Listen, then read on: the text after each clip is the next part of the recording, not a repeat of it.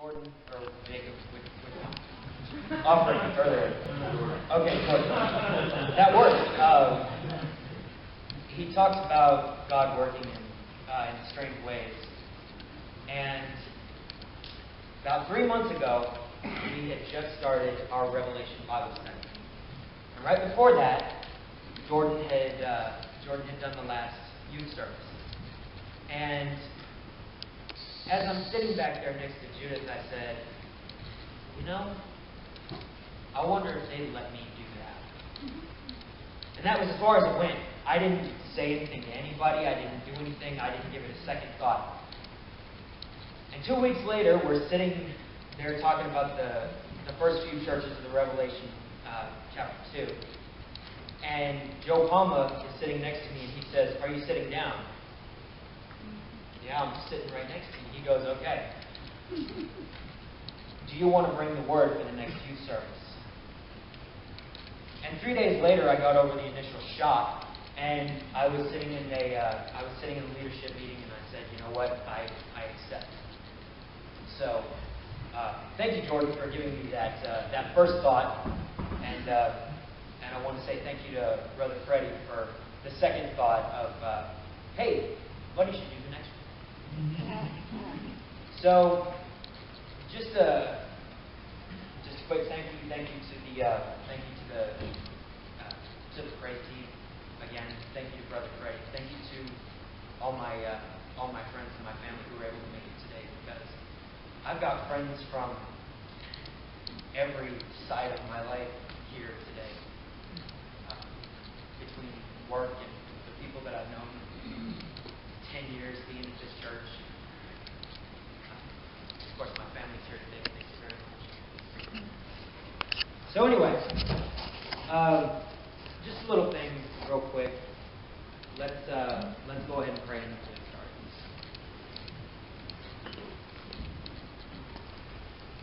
Lord God, I thank you for the blessings that you've given us, Lord. I thank you that over 200 years ago yesterday,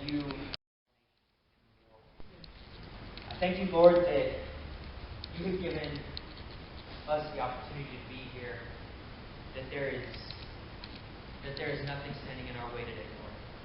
I thank you, Lord, that you have blessed us with the opportunity to be able to practice Christianity freely, Lord. That we are able to come here today because of the right that you've given us, Lord. But Lord, today we come, Lord, to worship you, to hear your word. Today, Lord, I ask that you be with us today, Lord. Give us ears to hear and eyes to see, Lord. I pray that today that you will hide me behind the cross, Lord. And I pray that every word that I say, Lord, is not about me, but it's about you, Lord. I thank you for this time. Be with us now as we dive into your word. In Jesus' name, amen. So, 14 years ago, I was saved on September 11th, 1999. I was a month away from 18 years old. Wow. A month away from 9 years old.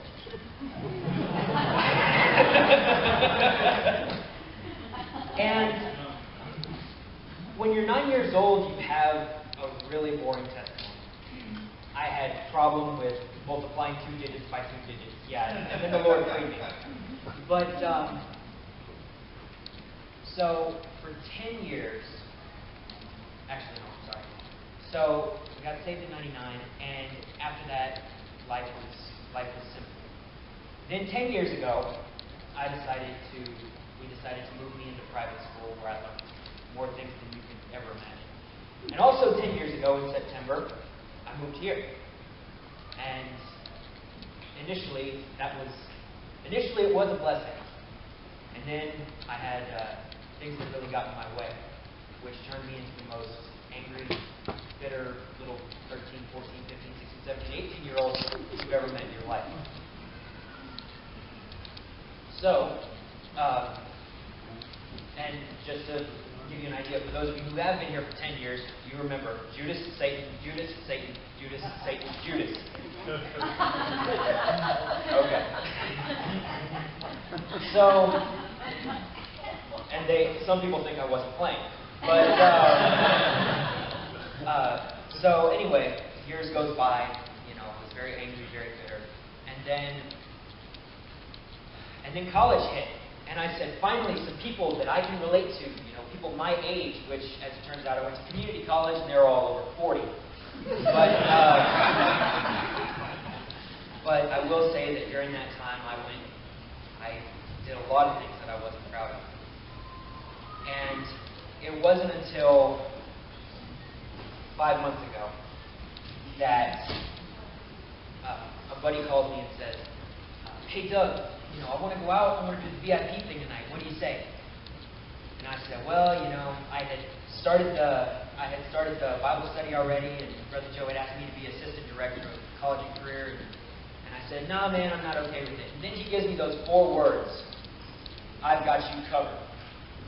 So we went and did the VIP experience. And 4 hours and way too many drinks later, I'm sitting at the corner of Bonham and 4th. I'm sorry, Bowie and 4th. And I'm sitting on the steps of this church, and of course, you don't want to know about this story, but puke all over the front.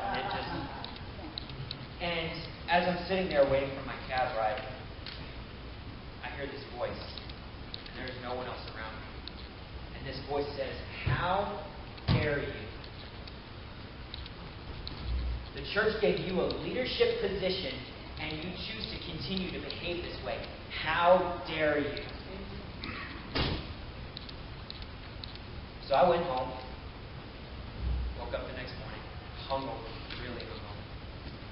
And that next week, I came to the Bible study, and Brother Joe will tell you that I was distracted that day. And I was broken. Because I went and I told him in front of everyone who was there, I said, I have to apologize to each and every one of you. Because I've been living a lie for these last 6 weeks. And I'm asking you to forgive me. Because the way that I've been is not the way that a teacher needs to be. And they all forgave me. And I'm happy to say that I have not been drunk in the last 5 months. That I have not pursued a physical relationship in 5 months. And I'm happy to say that I'm happier than I've ever been.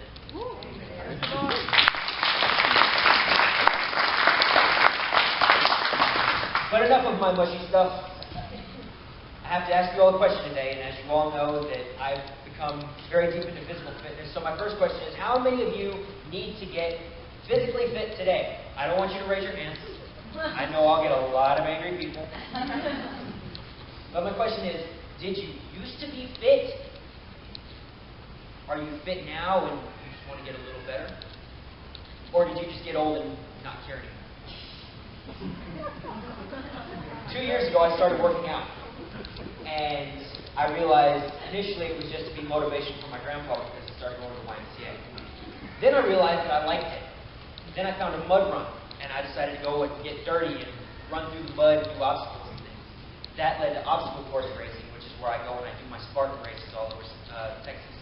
Now I'm in martial arts and I currently lift weights in my living room. But as I've been exploring diet and exercise for the last 2 years, I've come to realize that in the gym, I say in the gym, but I don't work out in the gym anymore, thank you, Jesus. I realized that there are 4 types of lifters. If I walked up to Stephen today and I said, Stephen, you need to get fit, his mind can register one of 4 things. He may not want to at all. He might just say, okay, in one ear and out the other. Then you have the New Year's resolutioners. How many? I want raised hands. How many of you have been a New Year's resolutioner? Okay. January 1st, the gym is full. Gold's Gym experiences its biggest amount of memberships all year. By January 10th, the gym is back to being quiet as a tomb. There's no dedication whatsoever. They go in on that first workout. They say, all right, I'm going to work out. They do 3 machines. They do 10 minutes of cardio. They leave. The next morning they wake up, oh, I'm so sore. And they never go back again until January 1st the following year.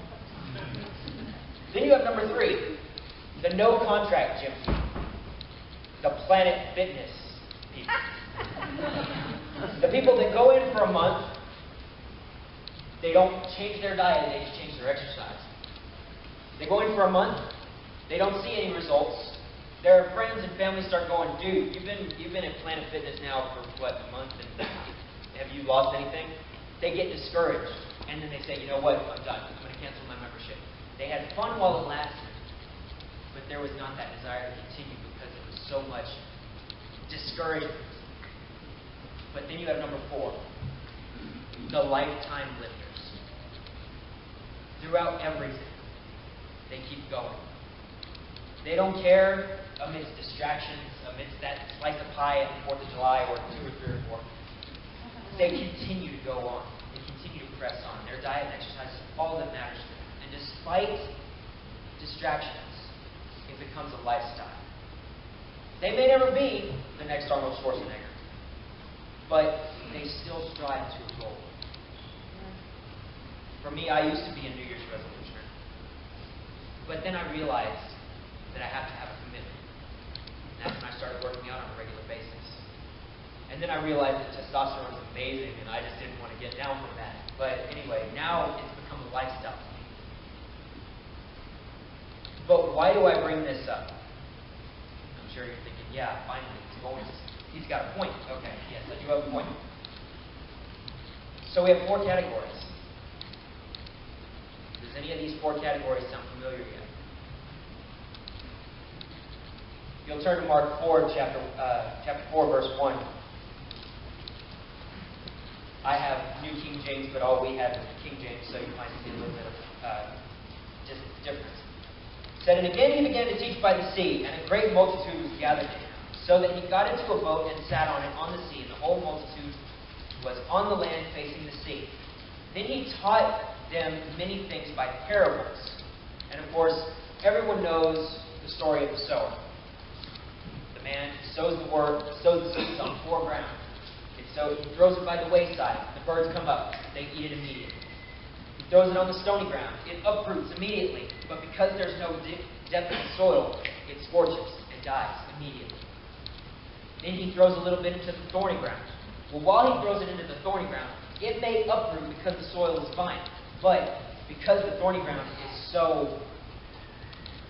there's so much extra around, it engulfs it and it kills it. And then, of course, number 4 is the good soil, to where that land has been tilled, has been fertilized, has, miracle grow all over. And of course, that crop yields 30, 60, and 100-fold. But I want us to think real quick because it says, verse 2, then he taught them many things by parables. He was alone. Those around him with the 12 asked about the parables, realized that these people had gone and they had said, Lord, what were you talking about? This was just a few of the people who were standing on the shore. Everybody else said, all right, good story. But there's that small group that came to him and said, Lord, what did you mean by this? And he said to them, to you it has been given to know the mystery of the kingdom of God. And to those who are outside, all things come in parables. Why? So that seeing they may see and not perceive, and hearing they may hear and not understand, lest they should turn and their sins be forgiven them. Do you realize that God is chastising this group of people? He's saying, they're not going to get what I'm telling them anyway. They're just here for my miracles. So, I'm going to speak to them in parables so that they understand the story, but it's not going to go any further than that. That's why his inner circle was so blessed. And we, as his inner circle, are very blessed. So he talks, I'm going to start in verse 13, and that's where I'm going to go from there. And he said to them, do you not understand the parable? How then will you understand all the parables? Verse 14, the sower sows the word. Let me ask you a question. Does he say anything specific about the sower? No. Does he say anything specific about the sower's seed bag? No. This does not mean that in order to sow, you have to have an Ed Hardy t-shirt, guys, and a Michael Kors bag, girls. He is not saying anything in particular. He is saying the sower sows the word. That means that we can be a rodeo cowboy turned car dealer. We can be a valet who likes to dabble in music. Or we can be a country boy from Fluvanna, Texas, who just happens to be blessed with the word. But the other thing we have to think about is it says the sower sows the word. Does it say that we are responsible for bearing the fruit? No. See, we're the ones that plant. We're the ones that plant the seed. We're the ones that water. A couple people may come and they'll find out that there was a seed, and they'll just say, well, I encourage you. Here, let me pray for you. And then they will continue on. We continue to plant and water and fertilize. But God brings the fruit in due season.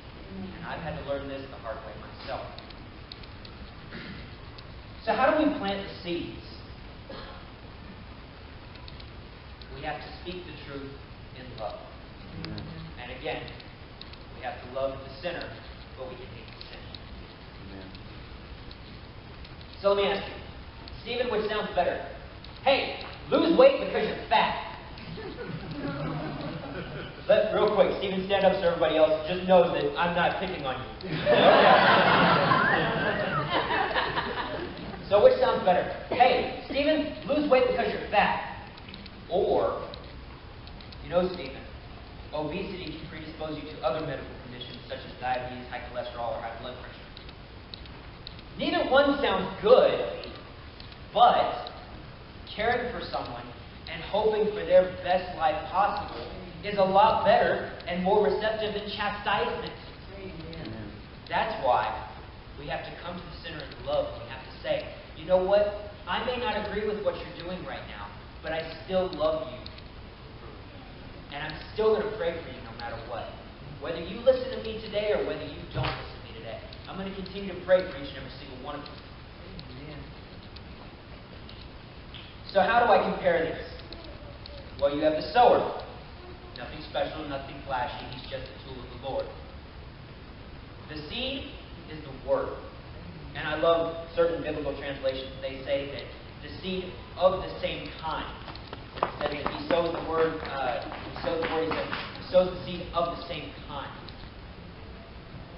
So the wayside bird seed is the same as those people that just don't want to live. They have no interest in doing anything whatsoever. Satan kills that need right there. If you ever walked up to somebody and said, hey, why don't you come to church with me? And they say, oh no, I don't need church. It's not my thing. Yep. They're too addicted to their sin that salvation means nothing to them. If it's not tangible, they don't want it. That's the way it is. Then you have the stony ground. The people that they have no deep root. Satan just kills the desire right away. So let me ask you. To the kids that are going to camp right now, I'm going to talk to you specifically. There's going to be a time to make a decision when you go to camp. And if you've already made a decision to follow Christ, then God bless you. I'm really happy to hear that. But let's say that you're going to camp this week and you know nothing of the Lord or relationship with Christ. And they come up and they say, are you ready to receive the Lord? Are you ready to make a decision? And they say, yes! And then they come home from camp, they walk over to their mom and dad, and they say, Mom and Dad, I made a decision. And they're going to say, that's great. That's terrific. And then you come up to somebody in the church and you say, hey, guess what? I was at camp this week and I made a decision.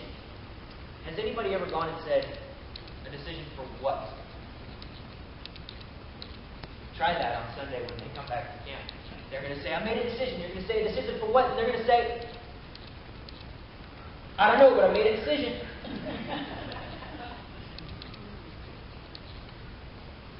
Am I saying that camp is not a way to make a decision? No, that's not what I'm saying.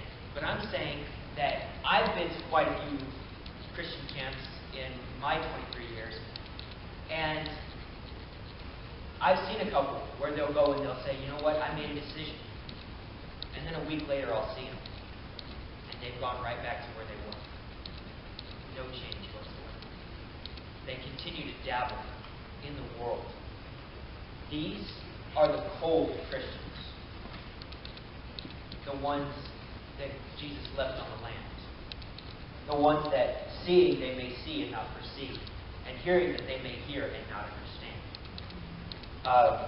Turn over with me real quick to John 6. Actually, no, we've got it on the screen. We're fine. I love having that screen there. Brother Joe, you are blessed with that screen. Verse 64, it says, "But there are some of you who do not believe." Jesus is speaking to a multitude. It says, "For Jesus knew from the beginning who they were who did not believe and who would betray him." Who would betray him? Do we think that Judas was in this crowd with him? And he said, "Therefore I have said to you that no one can come to me unless it has been granted to him by the Father." And from that time, many of his disciples went back and walked with him no more. As we're going through the Revelation study, I've been able to study a man. His name is Chuck Missler. This man has been studying Revelation for 50 years. And I want to say thank you to my Uncle Shane for sending me the link and saying, you need to study up on this if you're planning to do the Revelation study. And I have, and I've learned quite a bit, so thank you, Shane. But one of the things that he says is, and when you think about it, it's genius. He says that, why do you think that the devil continues to keep people away from Christ as much as he possibly can? 2,000 years ago, he already lost, and he knows he's going to lose then. He knows he's going to lose now. He knows he's going to lose at the end. So why does he continue? Missler says, because he believes that there's a ticker, just like a doomsday clock. He says that there's a ticker on how many people are supposed to be in heaven when God says, you know what, I'm going to start the rapture right now. God is the only one who knows the day, the month, the hour, the minute, the second. He's the only one who knows. Not even the devil knows. So let me ask you, just real quick, this is how he says, for some of those who do not believe, therefore I have said to you that no one can come to me unless it has been granted by the Father. So let me ask you, if you're the one holding us back from the rapture, shouldn't you feel ashamed of yourself? Sorry. But, so we've got these people that God says, they just come and it's, what are you going to do for me today, Lord? I've come to church on Sunday. I've been here for you. I sang the worship songs. I listened to that boy talk way too long. Now, what can you do for me this week, Lord? When was the last time you started your prayer with, Lord, what can I do for you this week? Yeah. And it's the same thing when it comes to those Planet Fitness people. The Planet Fitness Christians that I'm going to call them. As many people brag about going into that big purple and yellow building that is just, people come in and they go and they say, I'm going to Planet Fitness right now, you should come with me. And I'm going to say, oh yeah, where are your results? Your friends and family will say, well, I've been working out for a month and no results. They get discouraged and they quit. Do you know how many Christians quit because of the thorny soil? Because of their tribulations of their daily life? Oh, work is ridiculous. I can't stand those people. They can't accept my faith. For the children, oh, well, these grades are kicking my butt. I can't stand it. It's just not working for me. God, why can't you be there and let me get 100 on my test? The devil comes in and he stops that growth by tribulation. And we lose focus on God. one of the things that I didn't mention about my little Come to Jesus Friday night was 2 days later, I walk in, and as we all know, I love Judy very, very much. And she comes to me, and this was, again, 2 days after I heard her voice. And she tells me, I figured out why you haven't had a decent relationship in years. And after I got over the initial insult, I said, okay, babe, what you got? And she said, you cannot make up your mind on what side of the fence you want to be on. You have the one side of the fence where you can choose to continue to go and get drunk and try and, meet all these girls and, but then you have the other side where you want to come to church on Sunday and you want to run your Bible study and you want to help Joe Palma with the college and career. And until you find which side of the fence you're going to put that other foot on, God is not going to send you the woman that He wants for you until you make up your mind. And most of the things that, I'm sorry to admit this publicly, but most of the things that Judy tells me, I just kind of let slip off the side of my back. But, no, I love you, that. I was a thorny ground Christian for a long time. I came in and I had so many problems, so many issues with school. By the way, my former school secretary is here, and so she knows. But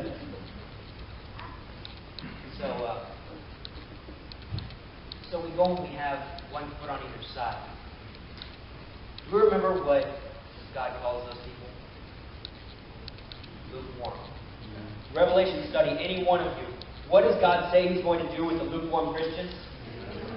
He's going to spew them out of your mouth. How scary of a statement is that for God to tell you that He is going to spit you out of His mouth like a sunflower seed?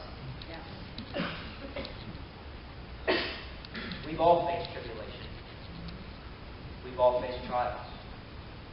And we're either stronger because of it or we're weaker because of it. So what do? Well, the tribulation makes us stronger. It makes us healthier. It makes us more empowered. And so what happens? Our soil gets tilled, it gets fertilized, and then we become good soil.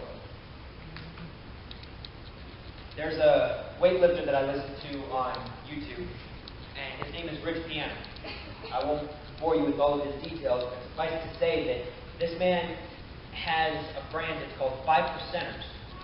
And it's a group of people who are willing to do whatever it takes to be the best that they can be. And listening to him, it got me to thinking that, are there such a thing as 5%er Christians? I will say that there's only one 1%er Christian that I know of, and that's Billy Graham, and I bless the man with all my heart. But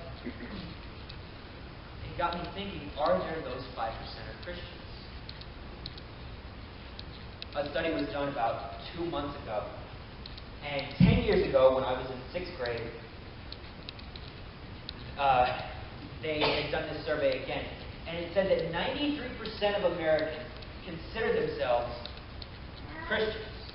93% of Americans call themselves Christians. Well, they did this survey back 2 months ago. They took the survey again. Now, 87% of the country considers themselves to be Christians. So why the change? Silent pulpits, pew warmers, Brother Joe's favorite phrase.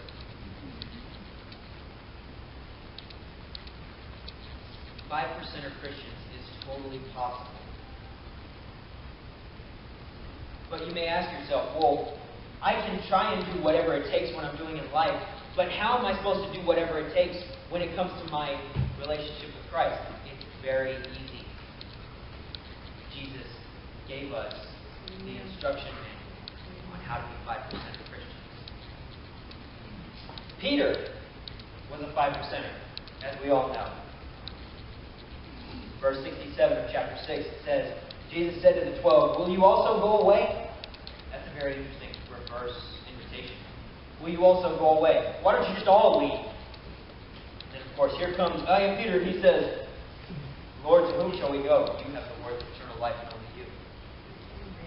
We're staying here because we know that the words that you speak are the words that we need to hear.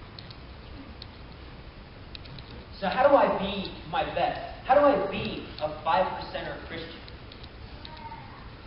Has anyone ever heard of love the Lord with God with all your heart, with all your soul, with all your mind, with all your strength? Has anyone ever heard of love your neighbor as yourself? Go and make disciples of every nation, baptizing them in the name of the Father, the Son, and the Holy Spirit. And then one that just came to me yesterday, Micah 6:8. He has shown you, O man, what is good. And what does the Lord require of you but to do justly, to love mercy, and to walk humbly with your Lord? In order to be 5%er Christians, we have to be the lowest one on the totem pole. Amen. We have to be able to build our relationship with Christ. Otherwise, we cannot call ourselves 5%ers.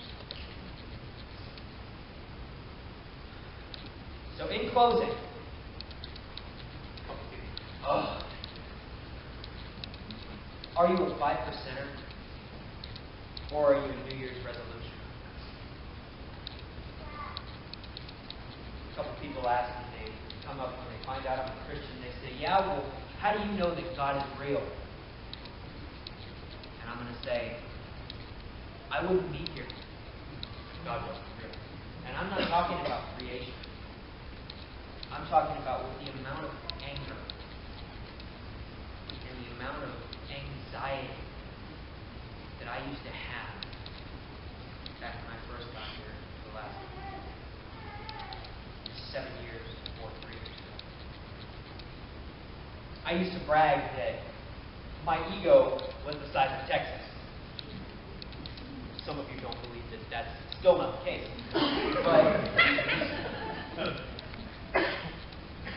But within the last 6 months, I've realized that my ego, no matter how big it is, no matter how powerful it is, can't save me from myself. But God can. And at one point, God is going to say, are you still walking with me?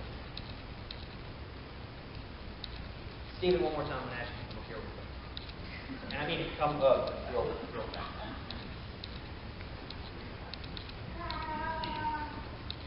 Back when I used to go to Pensacola, Florida, I used to go for a 2-week camp up there at Pensacola Christian College.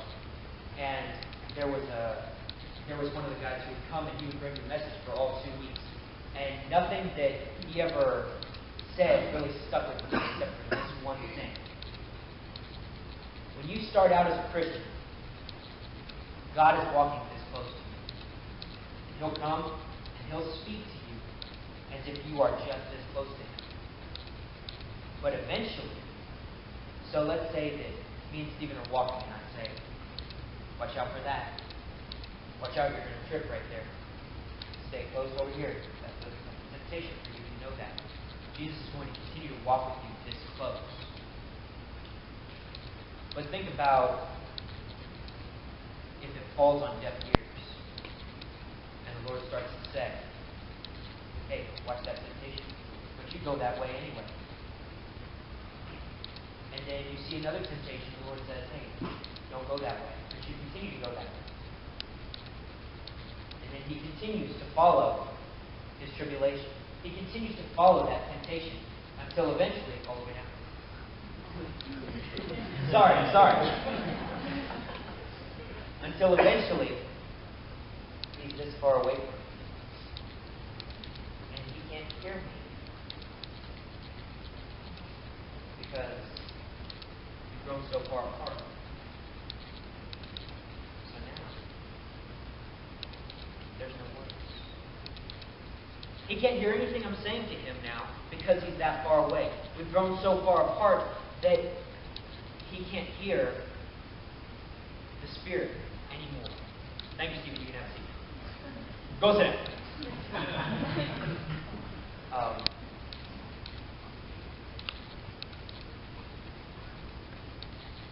That's what it means to be a New Year's resolution. That's what it means to be a stony ground Christian. To be a thorny ground Christian. To be one of those where the devil just picks up that seed off the street and you don't give the word a second thought. That is what happens. You grow so far apart from the Spirit that eventually you just can't hear it anymore. So, thank you for coming, for the opportunity.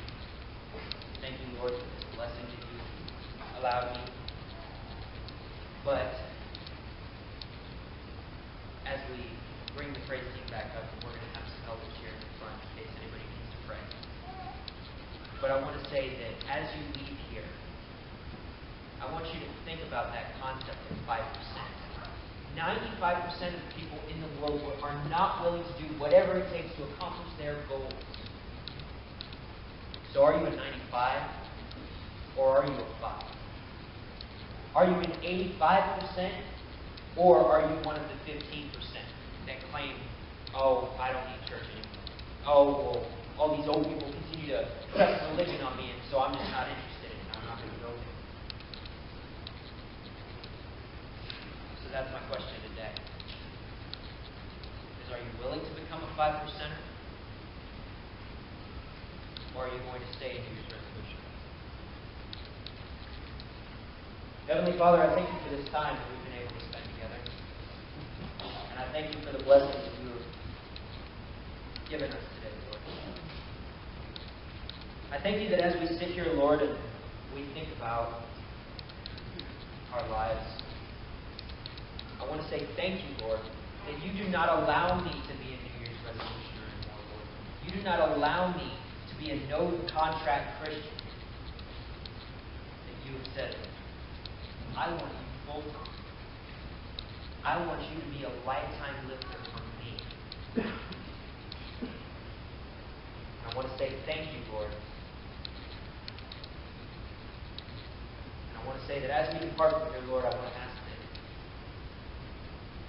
you bless